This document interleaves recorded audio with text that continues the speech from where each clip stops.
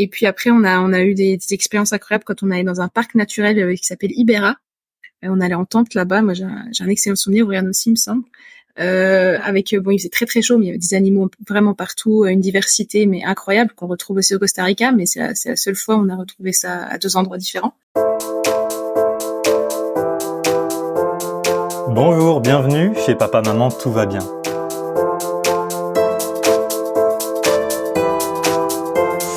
Aussi loin que je me rappelle, je n'ai jamais voulu avoir de compte Instagram pour beaucoup de raisons que je ne vais pas lister ici, mais l'une d'entre elles, c'est que tout est sublimé, tout est parfait, tout est filtré, tout est faux. Mais il y a quelques mois, j'ai créé Papa Maman Tout va bien et j'ai dû faire un petit effort pour au moins mettre un peu de contenu sur Insta. Je me contente de publier quand il y a un nouvel épisode et je fuis l'application.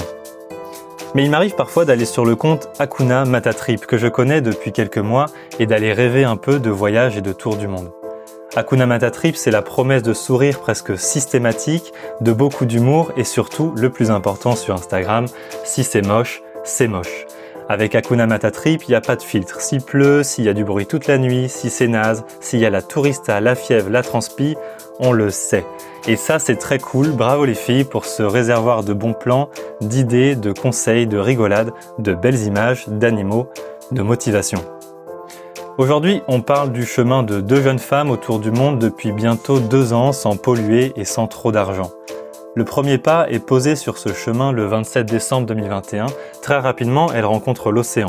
D'abord l'Espagne aux îles Canaries, puis des îles pour rejoindre la Martinique au volant d'un splendide catamaran qu'elles manieront avec leur petit équipage pendant plusieurs semaines. Hakuna Matatrip est parti, et bien parti, pour rester. Depuis cette traversée de l'Atlantique en voilier, elles ont parcouru le Panama, le Costa Rica, le Brésil, l'Argentine, le Chili, le Pérou, la Colombie, la Bolivie, et j'en passe sûrement parce qu'il y en a trop.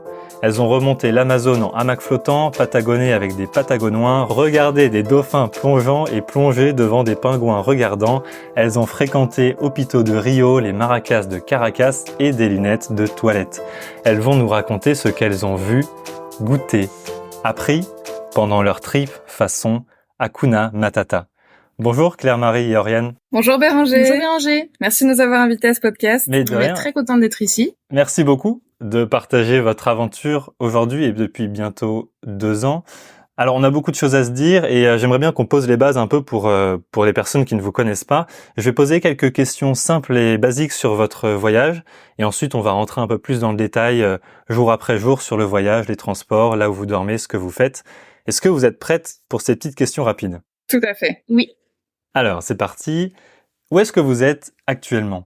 Donc moi, c'est Claire-Marie qui répond. Donc on est au Costa Rica, plus précisément à Puerto Viejo, sur la côte Caraïbe, le côte sud Caraïbe du Costa Rica.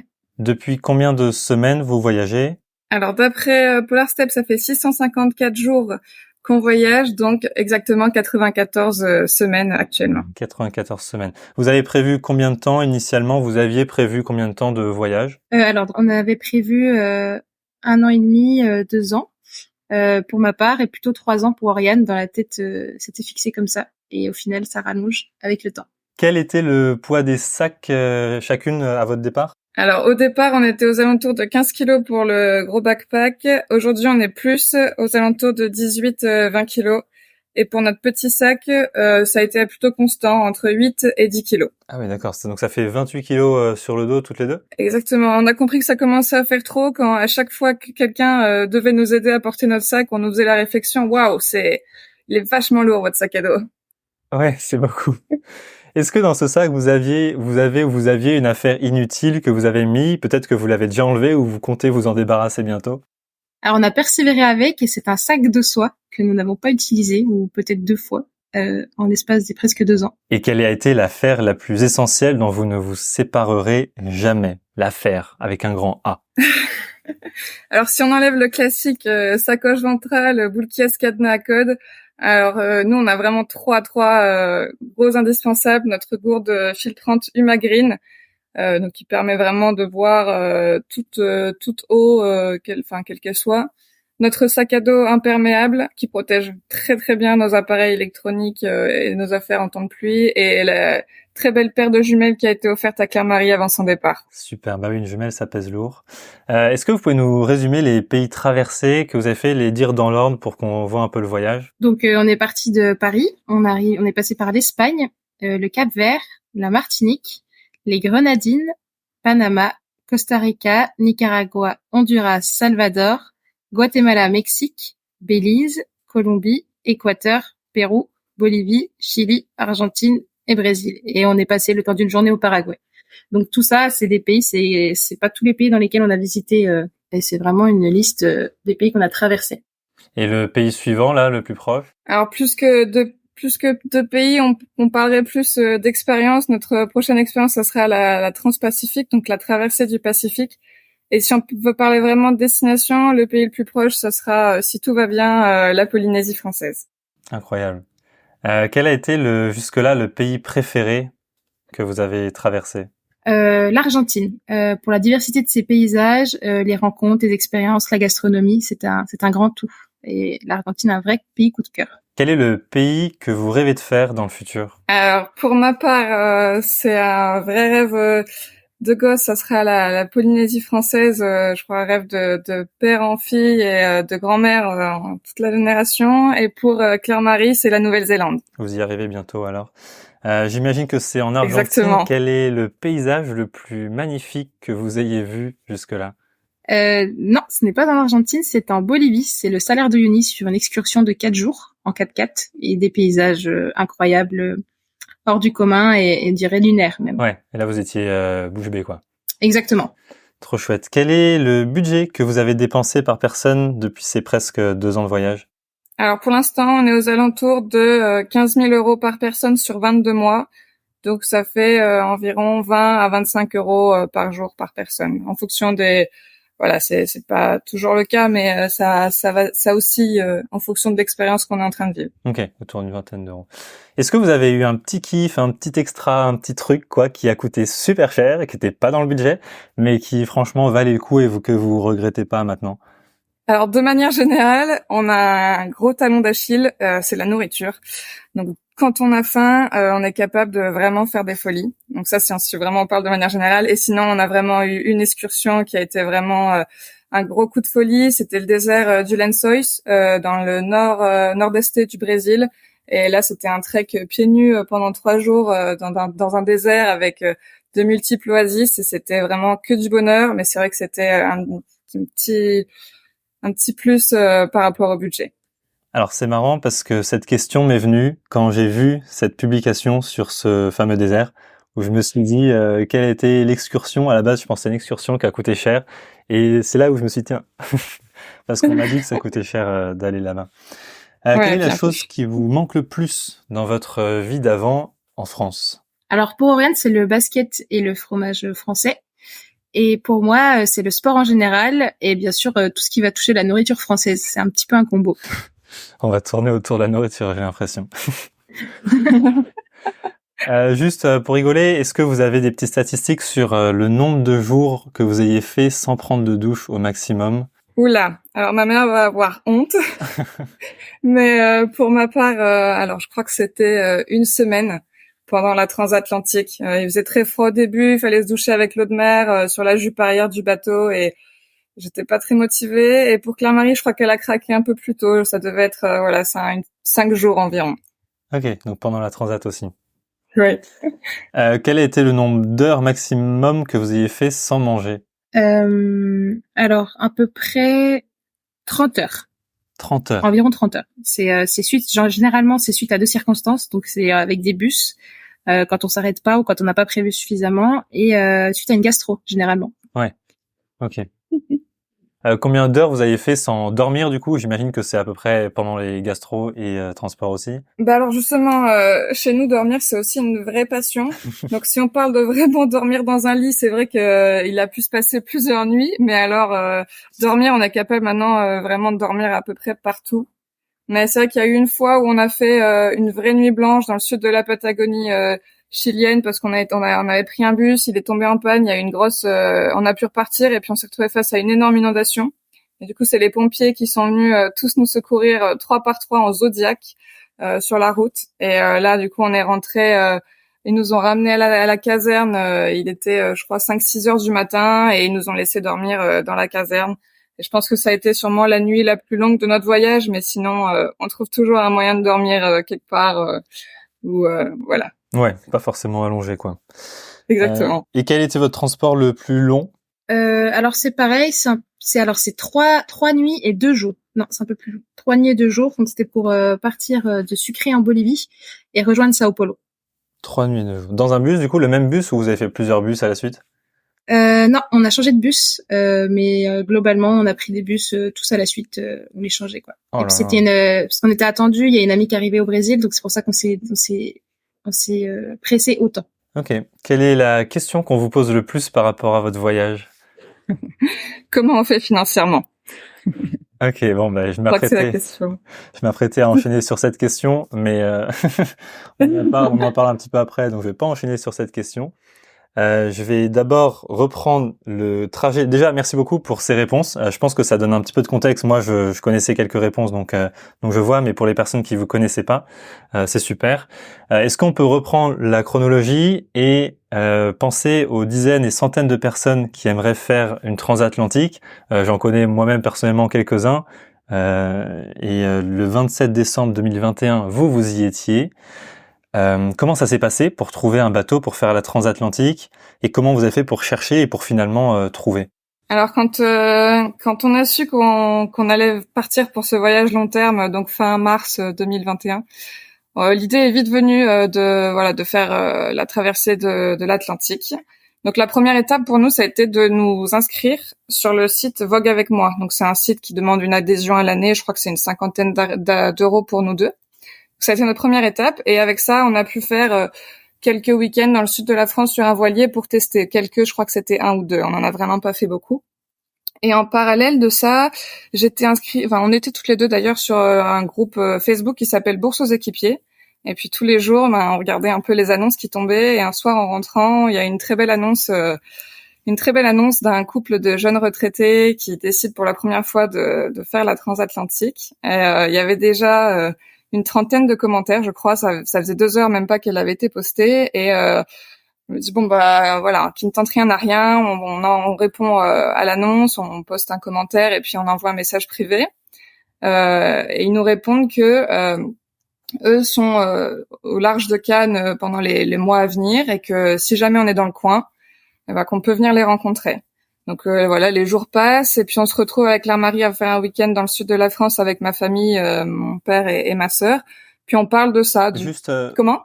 pour un peu de contexte, on était quel mois à ce On moment-là? était en août, tout à fait. On était au mois d'août, donc le week-end du 7 et du 8 août précisément. Et et donc là, on en discute en famille. Voilà, on leur dit que on a contacté des capitaines, un capitaine et sa femme qui sont pas très loin d'ici. Mais voilà, on a un peu peur. On se voit pas trop faire le déplacement, c'est quand même un peu loin. Et là, mon père, il a eu cette phrase que je crois qu'on n'oubliera jamais. Il nous a dit que dans la vie, quand on veut vraiment quelque chose, faut se donner les moyens pour l'obtenir. Et ça a vraiment été un déclic quand il nous a dit ça. On a réservé le billet de train, on a réservé la navette, et le lendemain matin, on les retrouvés sur l'île de Sainte-Marguerite au large de Cannes. Et puis on a bien échangé avec eux. C'était une rencontre très intéressante. Et 3 semaines après, ils nous ont envoyé un message en nous disant qu'on avait été choisis. Donc on était très contente parce qu'on était il y avait une centaine de concurrents, je pense.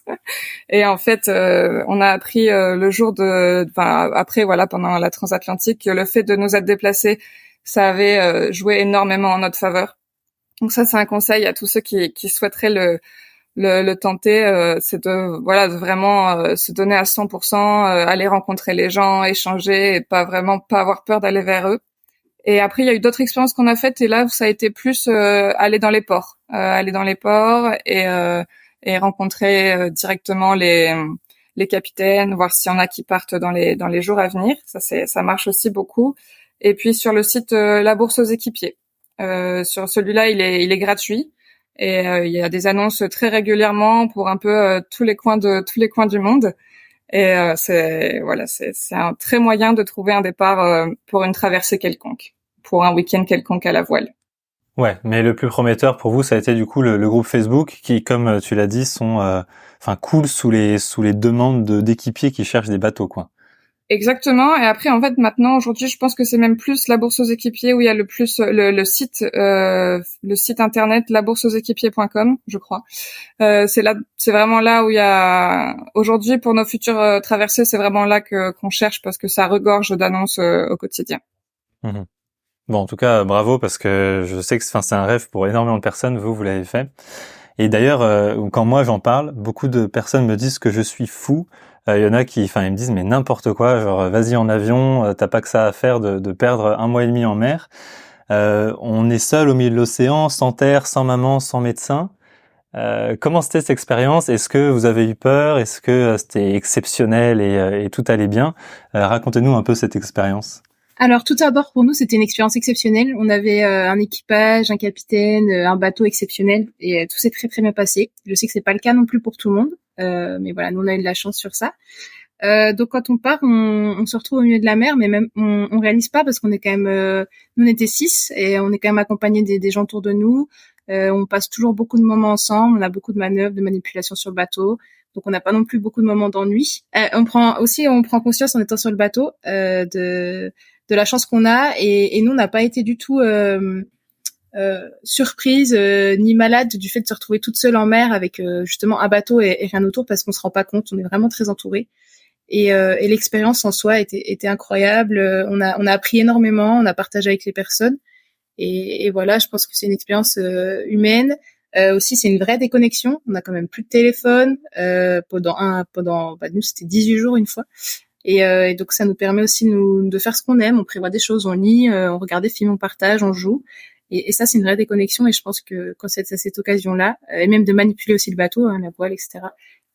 C'est un vrai plus. Et si tu cherches en tout cas à aller en voile, c'est que t'es prêt pour ça. Et je pense que au contraire, quand t'es dedans, tu es plus que ravi si ça se passe bien. Donc vous avez pas eu trop le mal de mer, mais on m'a dit que toi, Claire-Marie, tu as eu le mal de terre en arrivant. Est-ce que tu peux nous raconter ce qui s'est passé quand tu as mis les pieds sur le sol stable? Tout à fait. Alors Oriane aussi a eu le mal de terre en arrivant. Ce qui s'est passé, c'est que avec autant de jours sur le bateau, on s'habitue vraiment à la houle, même si c'est une petite houle. Quand tu rentres, t'as un petit vertige sur le quai. Alors ça dure pas non plus très longtemps, puisque c'était une courte durée de navigation. C'est 18 jours de navigation sans toucher terre. Et donc quand on arrive, un petit vertige. Et quand tu t'assieds, tu sens que c'est pas très stable. T'as l'impression de bouger constamment. Donc de bouger, d'être sur le bateau, et en fait, et tu t'habitues tellement à suivre les vagues que t'as l'impression de suivre encore des vagues alors que t'es assis sur ton canapé sur la terre. Mais ça dure 1 ou 2 jours maximum. Vous avez fait une super vidéo qui résume tout ça, donc je mettrai le lien, une super vidéo et un article. Je mettrai le lien sur papamamantoutva-bien.fr ou sinon on peut la retrouver sur votre site hakunamatatrip.wordpress.com.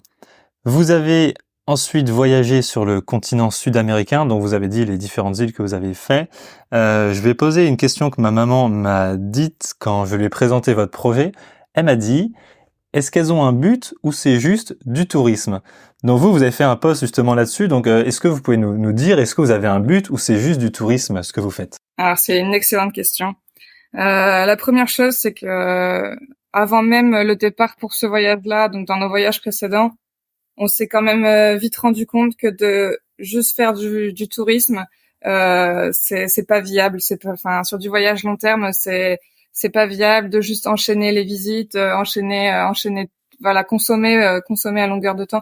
C'est vrai que c'est fatigant. C'est difficile à dire, mais c'est fatigant et ça, c'est horrible de dire ça, mais ça en est presque lassant. On a peur de plus s'étonner des mêmes choses. Donc c'est vrai que de prendre le temps de faire ces visites, c'est quand même important pour nous en tout cas. La deuxième chose, c'est que alors on en parlera peut-être après, mais avant de partir, oui, on avait vraiment un but. On avait un projet qu'on souhaitait mettre en place, notamment en retour. Et l'idée de ce voyage, c'était vraiment de développer ce projet. Pour des raisons que je crois qu'on expliquera plus tard, on a un peu perdu de vue ce projet. Mais on va dire qu'aujourd'hui, on est vraiment entre les deux. C'est très très dur de ne pas culpabiliser, de pas faire les immanquables d'une région quand on arrive dans un endroit extraordinaire, de se dire bah non, aujourd'hui on fait rien, c'est très culpabilisant. Et puis en même temps, on a cherché aussi, on cherche davantage à vivre aujourd'hui plus des expériences, enfin, des expériences voilà, qui seraient marquantes pour nous, des challenges aussi. On est très compétitrice, alors c'est vrai qu'on aime beaucoup vivre des challenges, en apprendre plus sur nous, de manière individuelle, aussi sur notre avenir professionnel, mais aussi sur notre couple, voilà, sur notre couple. Mais du coup, pour être genre terre à terre, qu'est-ce que vous faites au quotidien? Donc le projet, est-ce que tu peux en parler quelques instants? On en parlera après, mais juste pour qu'on comprenne. Et qu'est-ce qui a changé du coup dans votre façon de voyager une fois que vous avez mis ça peut-être un petit peu de côté ou le remis sur devant de la scène? L'idée, c'était vraiment à notre tour, de éventuellement ouvrir un écologe en France. Et du coup, pendant ce voyage, d'en apprendre plus sur l'écotourisme, l'éco-construction, la permaculture, l'agritourisme, à travers des volontariats. Ou voilà, du woofing et tout ce genre de choses. Et voilà, pour une principe, voilà, on a été un peu de désillusion en désillusion lors de nos volontariats, et on s'est rendu compte qu'en fait le meilleur endroit pour en apprendre sur toutes ces choses, c'était probablement l'Europe et la France. Du coup, c'est vrai que voilà, on a eu beaucoup de complications à trouver des volontariats sur ce thème qui pouvaient nous apporter quelque chose. Il y en a eu, on va dire 2 ou 3, mais c'était vraiment faible par rapport à au volontariat qu'on avait tenté. Et du coup, ça, voilà, par rapport à ça, on était vraiment parti dans l'idée d'enchaîner les volontariats.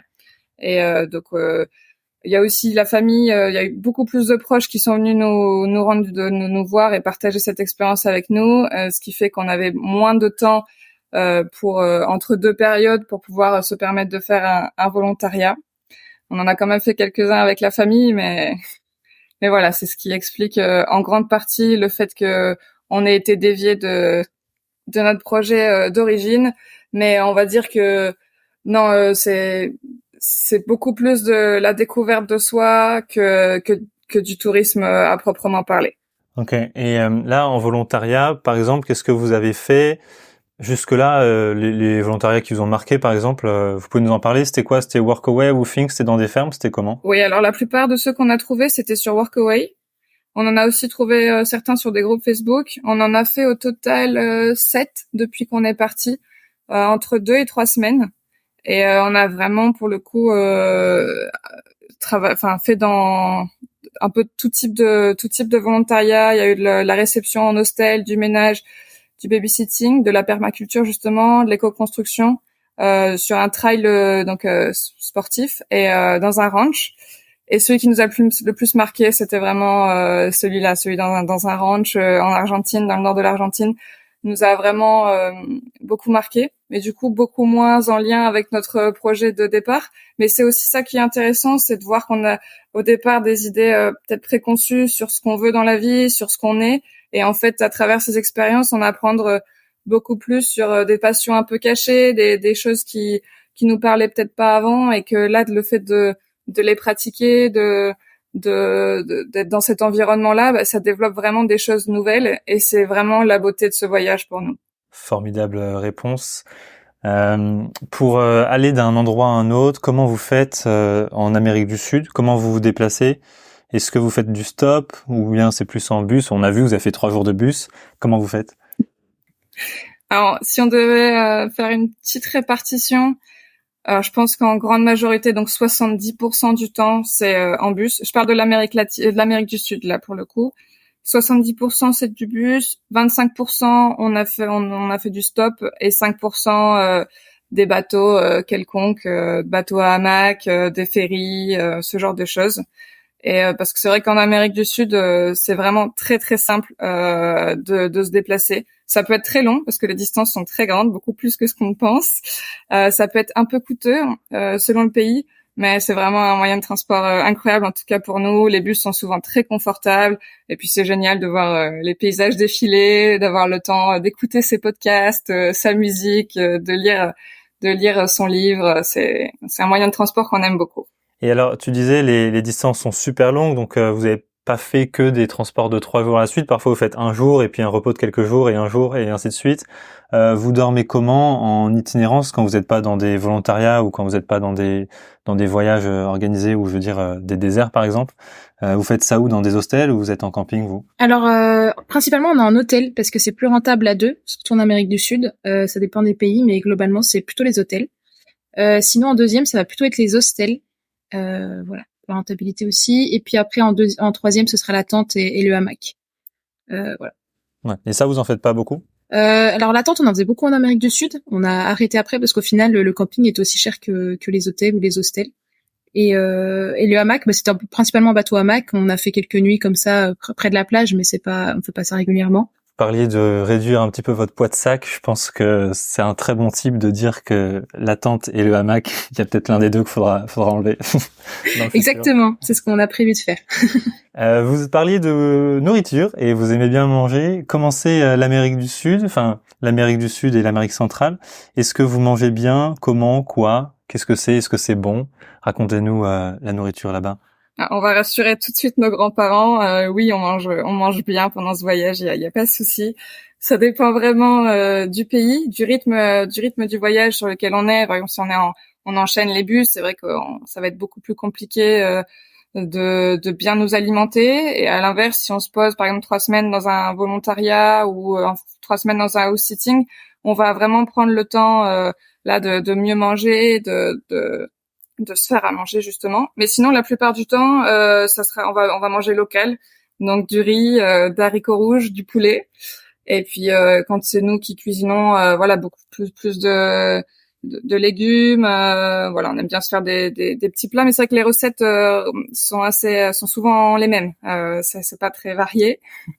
Et puis de temps en temps, on se fait de petites folies parce que c'est ce qu'on disait. Voilà, c'est vraiment notre talon d'Achille, donc on est capable de se faire des très bons restos. On pense à notamment le Brésil dans laquelle il y a la deuxième plus grande population de Japonais et qui du coup a d'excellents sushis.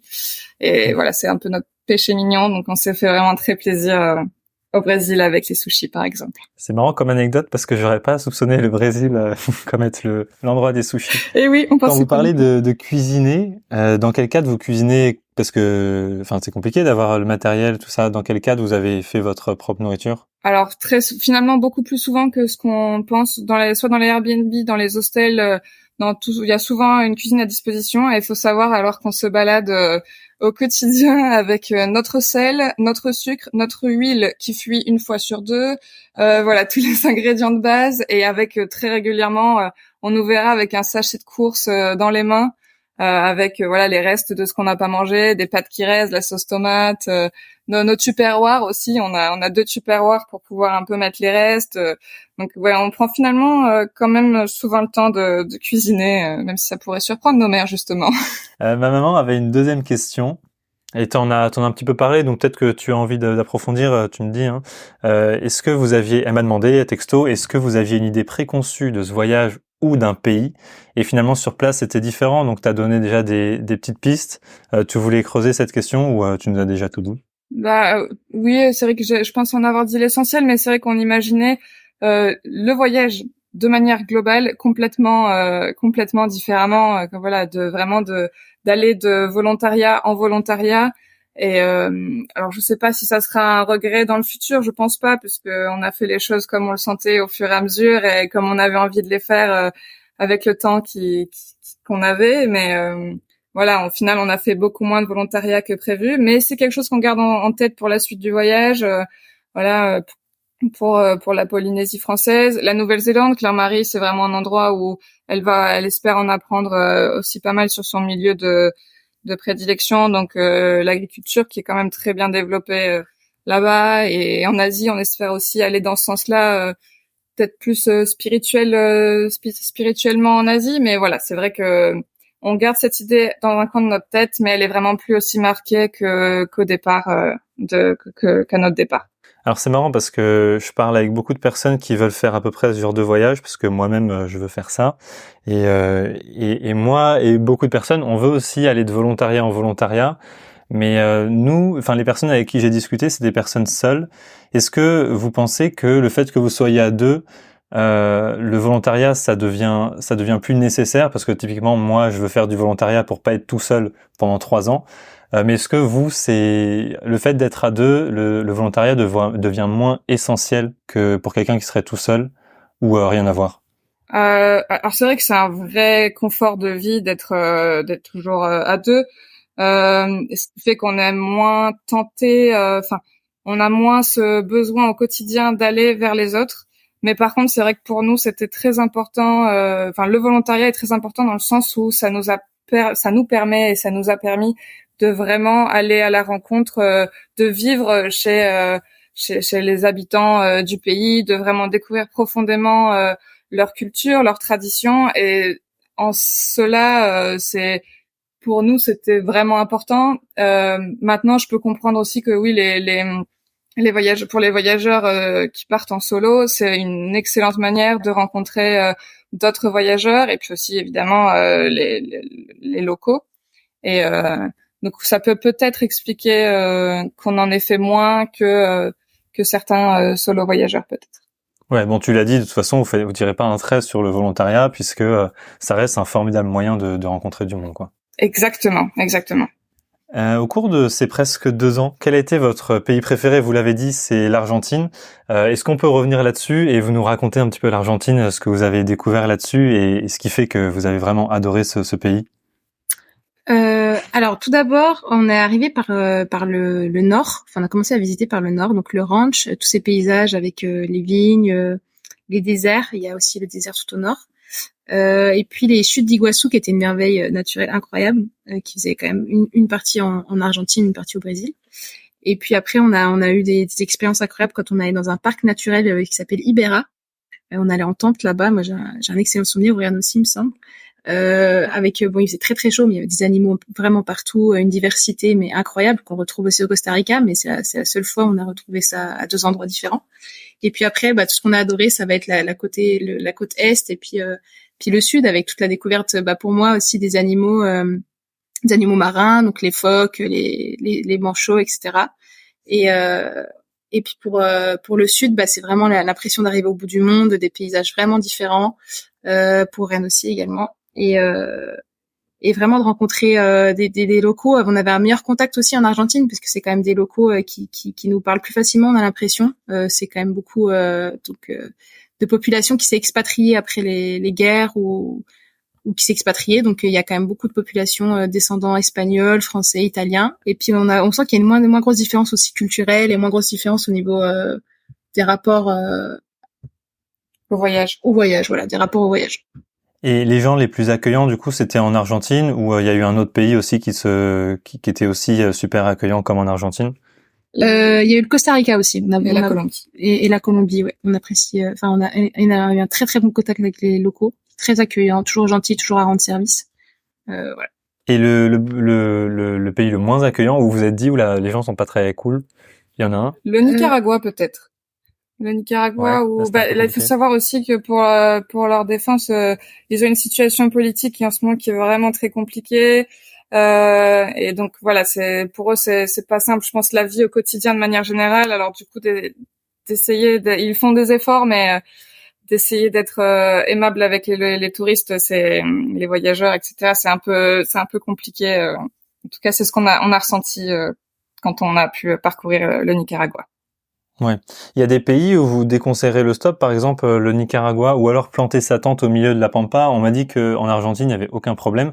Il y a des pays où vous êtes senti peut-être un peu moins en sécurité, peut-être le Nicaragua du coup, ou d'autres? Alors pour le coup, le Nicaragua, on n'est pas trop sorti des sentiers battus, mais je pense que oui, en effet, si on sort et qu'on va plus côté Caraïbes, je sais pas exactement comment ça se passe là-bas, mais s'il y a vraiment des pays où on s'est senti un peu plus en sécurité et où tout ce qui était stop et tente, ça nous a semblé compliqué, ce serait vraiment plus la Colombie, notamment dans le sud de la Colombie, certaines régions du Brésil aussi, tout ce Pérou, Chili et Argentine, c'est très culturel là-bas. En tout cas, il y a pas mal déjà de voyageurs qui le font, donc il y a pas beaucoup de problèmes. Et par contre, en Bolivie, je crois me rappeler que on ne faisait pas de stop parce qu'en fait, le stop n'existe pas et quand quelqu'un te prend dans sa voiture, c'est contre rémunération.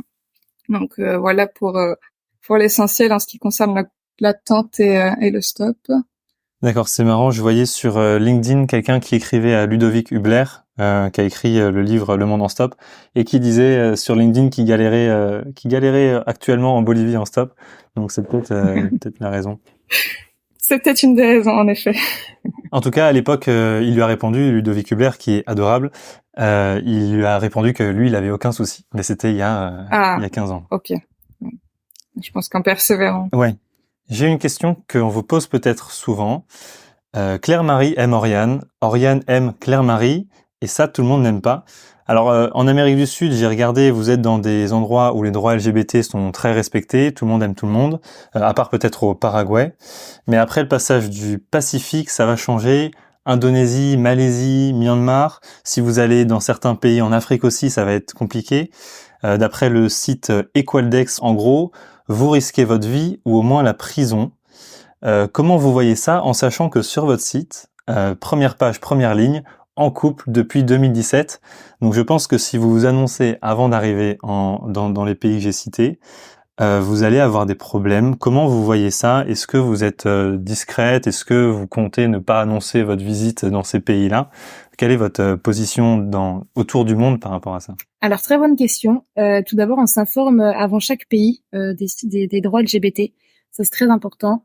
Et donc, on sait que si on n'est pas accepté, on a beaucoup moins envie de visiter ce pays. Ça veut dire qu'ils nous acceptent pas tel qu'on est. Et donc ça, c'est difficile pour nous. Donc, on préfère ne pas s'y rendre. Alors, évidemment, on ne sera obligé de passer dans certains pays, mais on va faire très attention. Il faut savoir que on n'est pas chez nous non plus, donc c'est plus à nous de nous adapter, même si c'est pas facile. Donc on va plutôt se faire passer pour des amis, des sœurs ou des cousines. Ça nous aide au quotidien quand on sait que ça peut être plutôt tendu dans les pays dans lesquels on est, ou même dans la façon que les gens puissent recevoir cette nouvelle. C'est aussi difficile pour nous, c'est quand on a des lits simples et c'est difficile de demander un lit double, par exemple, ils comprennent pas forcément. Et on se fait aussi généralement très souvent draguer dans ces pays. Pour l'instant, on s'est fait beaucoup draguer, donc ça c'est des choses pas faciles à gérer. Après, le but non plus n'est pas de se cacher. On s'assume tel qu'on est, on est bien tel qu'on est. Mais voilà, faut faire attention dans certains pays. Si c'est dangereux, c'est sûr qu'on va pas risquer notre vie et qu'on va se faire passer pour des amis et c'est facile. Mais c'est compliqué. C'est un débat très compliqué, un choix très compliqué d'assumer ou non. Et c'est vrai que c'est important aussi. On est pour cette cause d'assumer qu'on est ensemble et qu'on s'aime et que de vivre notre vie comme on le souhaite. Donc voilà, c'est à nous de faire attention, mais en même temps, on voudrait aussi l'assumer. C'est un vrai dilemme. Donc là, en Amérique du Sud, j'ai vu, je sais pas si vous connaissez le site Equaldex, mais le continent est ouvert. Comment vous faites? Vous dites salut, nous on est les deux cousines ou on est les deux amis ou ça dépend de comment vous sentez la personne en face de vous? Alors tout dépend. En général, c'est eux qui nous disent. Nous, on n'a jamais pris les devants en disant ça. C'est eux qui nous disent alors vous êtes sœurs, vous êtes cousines, enfin voilà, etc. Donc nous, on approuve si on sent que ça va être compliqué de dire le contraire. Par contre, des fois, on a déjà dit l'inverse. Par exemple, pour la petite anecdote, on était en train de grimper au Huayna Potosí en Bolivie et donc les guides ils nous demandent et donc ils comprenaient pas, on a dû répéter plusieurs fois bah oui on est en couple et c'est vrai qu'il y a eu une petite moquerie et une petite gênance de leur part mais c'était pas méchant, mais c'est vrai qu'on a senti que ça avait un petit peu tendu l'ambiance et qu'après ils nous parlaient peut-être moins facilement, donc on s'est dit que là peut-être qu'on aurait dû aussi passer pour des sœurs, mais en même temps c'est compliqué parce qu'on va pas non plus tout le temps dire qu'on est sœurs alors que c'est pas le cas, donc voilà, on essaie de doser un petit peu, donc quand on le sent on le dit et quand on le sent pas on va approuver quand ils vont nous demander si on est des sœurs ou des cousines. D'accord. Ouais, donc pour l'instant, vous n'avez pas eu de problème, vous avez jamais eu de problème où vous vous êtes dit, tiens, là, c'est un petit peu chaud ici. Non. Puis si on sait que ça peut être chaud, on se montre pas, on va pas se tenir la main, on va pas se faire des pieds devant le public. Dans les pays où c'est très ouvert, il y a pas de souci sur ça, mais sinon on va pas se montrer en public en tout cas. D'accord. Bah, merci pour cette réponse qui peut-être va inspirer beaucoup de personnes parce que j'imagine qu'on n'ose pas forcément aller dans certains pays en se disant, tiens, je peux avoir des problèmes. Donc merci pour ces réponses et j'imagine que vous inspirez aussi une communauté de personnes qui aimeraient faire comme vous, voyager à deux. Est-ce que vous avez une expérience extraordinaire à partager, un petit moment de bonheur. Bon, j'imagine que ça se passe au restaurant, mais peut-être pas. Un moment au-dessus des autres que vous oublierez jamais dans ce voyage. Voilà. Alors c'est très très dur, très dur comme question. J'espère que tu nous en voudras pas. Je pense que je vais essayer d'en citer 15. 3. Ok, 3, c'est bon. Non, un gros moment de bonheur, c'était vraiment tous ces moments de partage, comme on en a déjà un peu parlé avant, au ranch, donc les parties de foot. En plus, c'était pendant la Coupe du Monde France-Argentine, donc c'était assez intense. Voilà, des parties de foot, des parties de cartes. Ils ont un jeu qui s'appelle le Truco. On jouait très régulièrement, on a partagé énormément de repas, énormément de discussions, et c'était pendant la période de Noël donc, et on s'est vraiment senti très intégrés comme une seconde famille, et ça c'était un gros moment de bonheur qu'on n'oubliera pas. On a fait énormément de rencontres pendant ce volontariat. Un moment très très fort. Je pense qu'on pourra pas parler franchement de moment de bonheur, mais un moment très fort, c'est quand on est arrivé au sommet du Huayna Potosí, donc qui est à 6088 mètres d'altitude. C'était voilà, avec le mal des montagnes, le mal de l'altitude, ça a été très compliqué, mais un moment très fort pour Claire-Marie parce qu'elle a vécu ce moment avec son frère, et pour ma part parce que je venais d'apprendre que ma grand-mère allait nous quitter juste avant de partir. Et du coup, c'est vraiment plusieurs fois j'ai failli abandonner, mais vraiment grâce à elle, je suis arrivée, j'ai réussi à atteindre le sommet. Donc ça, c'est vraiment un moment qui restera très très marqué, qui a une symbolique et une signification très très forte pour nous deux, pour Claire-Marie et moi. Et si on devait parler d'un moment époustouflant, ça risque de faire un peu cliché parce que je pense que la plupart des voyageurs en Amérique latine citent ce moment, c'est l'Acatenango, donc un volcan explosif, enfin un volcan qui est en éruption au Guatemala, parce que voilà, c'est un moment incroyable. Après une rando assez importante, on a pu voir la lave avec notre ami Valentin qu'on a rencontré quand on a traversé à la voile de la Martinique au Panama. On mangeait des marshmallows avec un chocolat chaud devant le feu, et en arrière-plan, on avait l'Acatenango qui expulsait sa lave, et c'était un moment plutôt magique. Incroyable. Bah, je pense pas que ce soit cliché, j'en avais jamais entendu parler, donc merci d'avoir partagé toutes ces petites expériences. Question peut-être un peu personnelle, mais la famille, c'est l'aspect. On en parlait aussi avec Chloé dans l'épisode sur la digital nomade. C'est vraiment la famille qui peut être un problème quand on est si loin à l'autre bout du monde. Moi, je sais qu'en partant, je vais peut-être perdre des membres de ma famille, des grands-parents. Vous vous êtes dit à quel moment je reviens? Est-ce que je ne reviendrai jamais en France si je perds un membre de ma famille? Ou je reviens selon certains contextes? Comment vous avez vécu ça? Vous avez fait des adieux à vos grands-parents, ce genre de choses? Ou vous vous êtes dit non, on se revoit dans 5 ans et puis on verra bien? Pour chacune de nous deux, on a un peu une perception différente sur ça. Moi, la seule raison pour laquelle je m'étais dit je rentre, c'est vraiment voilà en cas de décès d'un de mes proches. En plus de ça, voilà, ma grand-mère, je lui avais pas vraiment dit au revoir comme il fallait, donc c'est pour moi c'était inconcevable de pas rentrer pour ce moment. Je mettais un peu mes convictions et mes valeurs de côté parce que je savais que ça pouvait être un moment que je pourrais regretter toute ma vie. Et d'ailleurs aujourd'hui c'est une des plus belles décisions que j'ai prises, et je pense que je l'aurais vraiment vraiment très mal vécu de pas être rentrée. Et pour Claire-Marie. Et pour ma part, quand j'ai dit, moi, on est très proches aussi avec ma famille. Quand j'ai dit au revoir à mes grands-parents, je savais que je les reverrais. D'ailleurs, je rentre dans 3 jours en France, en métropole, pour 2 mois. On en parlera plus tard, mais parce que c'est important pour moi de revoir mes grands-parents, ma famille. Et puis c'est aussi, on a eu beaucoup de chance, nous deux. Nos familles sont venues régulièrement nous rejoindre. Donc c'est avec nos familles proches, nos parents, nos frères et sœurs, cousins aussi. Mais voilà, on a quand même beaucoup de chance, et on sait qu'il y a aussi peut-être d'autres familles qui viennent nous rejoindre pour la suite. Mais voilà, on a cette chance, en tout cas, de pas avoir passé plus de 2 ans sans voir nos parents. D'accord, ouais. Vous n'êtes pas dit je ne rentre pas dans aucune situation pendant 3 ans, quoi. Non, c'était hors de question. C'était s'il y avait le moindre chose, on rentrait, et ça, c'était non négligeable.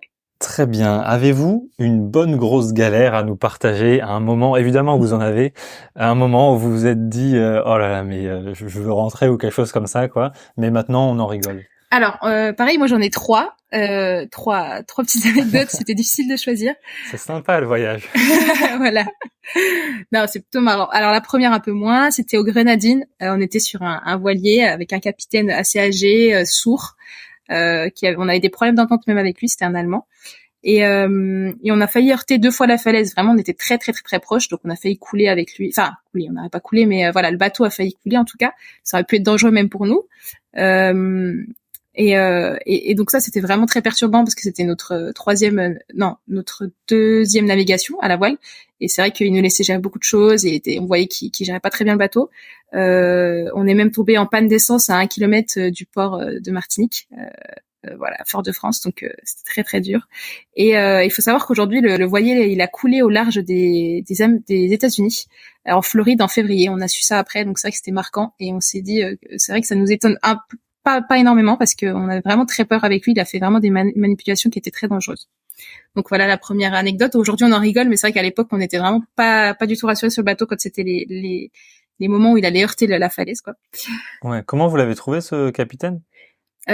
Lui, c'était sur un groupe Facebook, mais en anglophone, sur Sailors ou quelque chose comme ça, enfin la voile, mais en anglais. Et il avait répondu à des commentaires et je l'avais contacté par ce biais. D'accord. Alors, faut savoir que c'était plutôt, c'était pas forcément, c'était pas une entraide. Nous, on a payé une prestation pour être avec lui aux Grenadines. Mm-hmm. Parce qu'on avait une amie qui était avec nous, donc on est parti à 3. C'était notre récompense. C'était notre deal. C'était qu'avec elle, on partait 2 semaines en vacances, 1 semaine et demie aux Grenadines avec elle. Ouais, donc ne pas monter avec n'importe qui, quoi. Faut quand même faire attention en mer. Exactement.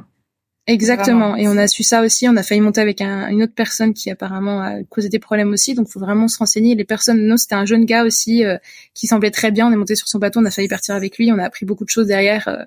Et au final, faut vraiment se méfier des apparences. Il faut vraiment regarder, se renseigner un petit peu avant de partir. C'est très important. Pour la transatlantique, comment vous aviez fait? Vous étiez jeune et fougueuse. On s'en fiche. Exactement, on connaissait pas du tout les derrière du côté au niveau de la voile. Non, c'est vrai qu'on a eu énormément de chance pour la transatlantique. Après, on a bien senti la chose, mais c'est vrai qu'on a eu énormément de chance. Il y a des personnes qu'on connaît, ça s'est pas très bien passé, c'était pas forcément que des bons capitaines. Et c'est vrai qu'il faut vraiment se renseigner avant, se renseigner aussi sur le contexte familial, peut-être. C'est pas une généralité, mais peut-être voilà, savoir si est-ce qu'il parle encore à sa famille, est-ce qu'il a une femme, ou si c'est une capitaine, ou voilà, etc. Est-ce qu'il a de l'entourage, est-ce que au final il se sent, voilà, se renseigner avec des amis aussi, est-ce qu'il a des amis, c'est quand même très important de se renseigner sur la personne peut-être avant de partir. Ouais, aussi. Son côté humain. Voilà, exactement. Je reprends avec la deuxième anecdote. Donc quand on était au Brésil, j'ai eu plusieurs problèmes à mon pied, donc je suis allée consulter un hôpital privé, un hôpital public, un hôpital privé, des médecins en appel suite avec une autre assurance. Et au final, il s'avérait 1 mois plus tard que Oriane m'a retiré un verre du pied. C'était un verre inoffensif, mais voilà. Du coup, c'était une sacrée anecdote parce que j'ai passé 1 mois à surveiller mon pied et à me dire non, je n'ai rien dans le pied. Et au final, un soir, je dis allez Oriane, s'il te plaît, regarde. Vraiment, je sens que c'est quelque chose de pas normal. Tout le monde me dit que ça va passer, mais ça passe pas. J'avais continuellement du sang et du pus qui sortait du trou, de mon pied. Et au final, une nuit, elle s'y est mise et on a bouché la voie respiratoire du verre. Et le lendemain matin, elle l'a retiré. Et c'est vrai que j'étais soulagée, mais c'était pas dangereux. Mais c'est juste aujourd'hui, voilà, j'ai constamment une très légère douleur à ce niveau-là, mais c'est vrai que aujourd'hui on en rigole, mais à l'époque je faisais pas ma fière en regardant le verre qu'elle m'avait enlevé. C'est Oriane qui t'a sauvé et pas les hôpitaux, c'est ça? Exactement. Je suis allée voir 2 hôpitaux différents et donc ils m'ont tous dit que non, c'est une petite infection de piqûre, qui se passera rien. Et c'est Oriane qui, grâce à sa patience, elle a regardé plus de 2 heures mon pied à la frontale et là elle a découvert que oui, il y avait quelque chose qui bougeait. Et en fait, ce petit verre, il anesthésie mon pied pour pas que je sente qu'il bouge en moi et pour qu'il continue à grandir dans mon pied. Puis à la fin, je crois qu'au bout de 2 mois, il sort tout seul naturellement. Mais c'est vrai que c'était mieux qu'elle me le sorte, Et donc après, on a découvert ça et c'est elle qui me l'a retiré. Et ça s'est très bien passé, la cicatrisation. Fallait quand même que je fasse attention à l'eau parce qu'on était au Brésil, donc on était sur la côte, on se baignait régulièrement. Et j'ai des recommandations au niveau des médecins français que j'ai appelés. Et voilà, sinon, ça s'est très bien passé après. Et pour enlever un verre à l'intérieur d'un pied, c'est l'amour. Hein. Oui, exactement. Et troisième petite galère ou grosse galère? Ça c'est plutôt une petite galère. C'est quand on était donc dans le sud du Chili sur la carretera austral. On cherchait à faire du stop pour rejoindre. En fait, on avait un ferry qui nous attendait. Il passait qu'une fois par semaine. Enfin, qui nous attendait. On devait prendre. Il passait qu'une fois par semaine. Et on faisait du stop sous la pluie, sous le froid. Enfin, c'était des conditions assez dingues. Et personne ne voulait nous prendre. Mais vraiment personne. Il y avait aucune voiture. Les seuls qui passaient, ils voulaient pas parce qu'en fait, c'est une grosse concurrence au niveau du stop sur cette route-là parce que il y a beaucoup de backpackers en stop. Et au final, il y a quelqu'un qui nous a pris, qui a dit, je sais pas pourquoi, parce que j'ai vu plein de gens avant vous, plein de gens après vous. Enfin, du coup, on a vu plein de gens après nous. Il a dit, vous m'avez fait de la peine, donc je vous ai prise. Et grâce à lui, on a dit merci monsieur. Et grâce à lui, on est arrivé à l'heure pour le ferry. Et donc, on a pu partir pour le ferry et ne pas attendre une semaine de plus dans celui-là. Donc, c'était génial. Et si je peux me permettre, par rapport à ce que tu disais tout à l'heure, un événement, c'est un ensemble d'événements qui fait que parfois on se dit mais qu'est-ce qu'on fait là? C'est vraiment à chaque fois qu'on a une gastro, une tourista, vraiment un ras-le-bol de, mais qu'est-ce qu'on fait là et pourquoi on souffre autant? Ouais. Mais par rapport à la dernière anecdote, il y a une autoroute de gens qui font du stop, quoi. Enfin, il y a une lignée entière de personnes qui font du stop à cet endroit-là. Sur tout ce qui va être touché l'Argentine et le Chili, le Sud, la Patagonie, oui, il y a des fois tu peux attendre, il y a peut-être 3-4 personnes devant toi, donc tu dois attendre ton tour pour faire le stop. Oui. C'est une vraie concurrence là-bas, c'est un vrai problème. La preuve, une fois on a fait toute la journée, on n'a pas été prise parce que les personnes devant se faisaient pas prendre non plus, donc on devait attendre notre tour, on s'est pas fait prendre. Donc on a passé la nuit sur place, heureusement on avait la tente, donc on avait de quoi gérer. Et on a refait le lendemain et donc ça a pas marché, on a pris un bus finalement. Mais pareil, les bus étaient pleins, donc c'était une vraie petite galère aussi. Je savais pas que c'était aussi répandu, quoi. Oui, notamment dans cette région. Après, dans le reste du monde, je sais pas comment ça se passe. Puis, ceux qu'on a fait, c'était pas toujours une catastrophe. Mais c'est vrai que vraiment, dans la Patagonie, c'est très, très dur de se faire prendre un stamp. Ok. Avez-vous un conseil pour les personnes, comme ma maman d'ailleurs, qui vous admirent, qui aimeraient ou pas, ma mère n'aimerait pas, mais vous admire quand même, mais qui n'osent pas le faire et qui ont peur de plein de choses? Un petit conseil à leur donner. Alors, si on avait un conseil, ça serait celui de fixer une date, même si c'est dans 1 an, dans 2 ans, un jour, un mois et mettre une année. À partir de là, de fixer des petites étapes intermédiaires, de trouver son départ et puis de se lancer là-dedans, puisque en décortiquant un peu l'objectif, ça devient facilement plus concret, plus réalisable. Et au bout d'un moment, c'est plus possible de reculer. Et quand t'es lancé, t'es lancé. Tu as d'ailleurs une citation à nous dire là-dessus, sur le fait de fixer une date. Alors oui, une citation que j'aime beaucoup. Un rêve écrit avec une date devient un objectif décomposé en plusieurs étapes devient un plan soutenu par des actions devient réalité. Et c'est vrai que c'est un peu mon mantra et ce qui fait que j'essaye de réaliser, ce qui m'aide à réaliser beaucoup de mes rêves. Il y en a encore, j'ai encore du temps, mais de réaliser pas mal de rêves en suivant ce mantra. Est-ce que vous avez un conseil pour les personnes qui sont passées au-dessus de ça et qui ont mis une date et qui sont en train de préparer un voyage comme le vôtre et qui vont bientôt se lancer? Alors, le premier conseil que je pourrais donner, alors nous, on a vraiment eu des problèmes sur ça, c'est l'organisation du stockage des photos et des vidéos. Donc là, aujourd'hui, on a encore des problèmes avec ça et on essaie de trouver des solutions. Je sais pas, les batteries externes, les clouds, savoir sur quel appareil stocker, parce que nous, on est 2, donc on a des fois en double, des fois on a qu'une fois. Et partir avec beaucoup d'espace vide, parce que mine de rien, on se dit qu'on va pas beaucoup filmer, pas beaucoup prendre de photos. Au final, on se retrouve vite avec un espace de stockage limité. Et donc, moi, je conseillerais vraiment de faire attention à ça. Parce que si on l'avait su avant de partir, je pense qu'on aurait plus regardé cet aspect-là, en tout cas. Et pour le deuxième, ne pas trop partir avec de l'organisation, donc des rendez-vous, des choses de réserver, et plutôt laisser place à l'imprévu. Ça, c'est vraiment une grande partie du voyage que pour nous, on trouve extraordinaire et qui est importante pour nous.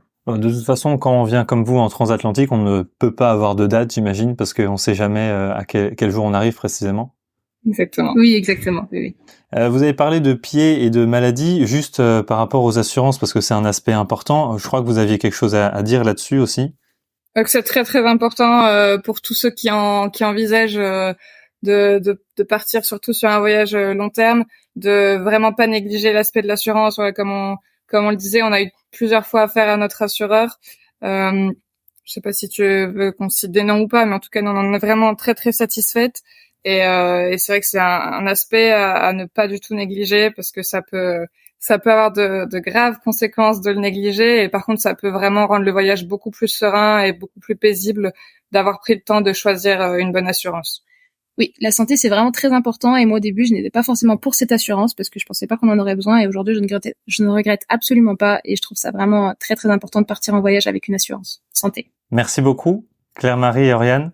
On va continuer de suivre vos aventures sur Instagram, Hakuna Matata Trip, et sur votre blog, hakunamatatrip.wordpress.com, et votre parcours sur Polar Step, Hakuna Matata Trip. J'ai une dernière question. Est-ce que autour du monde, papa, maman, tout va bien? Papa, maman, tout va très bien. Tout va très bien. Merci beaucoup et bon voyage. Merci. Incroyable. À chaque épisode de Papa, maman, tout va bien, je voyage. Mais alors là, ça a été une machine à laver de paysages et d'expériences. J'adore Papa, maman, tout va bien. J'adore Hakuna Matata Trip. En 1 heure, on connaît tous les secrets de ce duo énergique. C'est un peu le soleil d'Instagram, hein, je vous le dis, mais bon. Elles nous ont amenés dans leur quotidien sans filtre. On a parlé autant des galères que des moments magiques. Parce qu'en fait, c'est sûrement ça le voyage. C'est faire du stop sous la pluie et être finalement pris par quelqu'un qui va nous accueillir dans sa famille avec un bon chocolat chaud réconfortant. C'est grimper à 5000 mètres d'altitude à 3 heures du matin et arriver au sommet pour le lever de soleil. Je pense que c'est pour ce genre de challenge que Claire-Marie et Oriane ont pris la route il y a bientôt 2 ans et sont en route pour la Nouvelle-Zélande dans quelques mois. Bravo! Bravo à vous d'être arrivés jusqu'ici, à ce niveau de l'épisode. J'espère qu'il vous a plu. En fait, j'espère surtout que cet épisode vous a emmené en voyage, qui vous a fait découvrir un monde incroyable, un voyage incroyable qui est celui de Claire-Marie et Oriane. N'hésitez pas à m'écrire et à me suivre sur Instagram à papa maman tout va bien pour me dire ce que vous avez pensé de cet épisode ou bien par mail à papamamantoutva-bien@gmail.com. On se retrouve dans quelques jours pour un voyage à Austin, aux États-Unis, où je vous préviens, on va voir une facette des États-Unis que vous n'imaginez pas. Merci et n'oubliez pas, quand on voyage, papa, maman, tout va bien.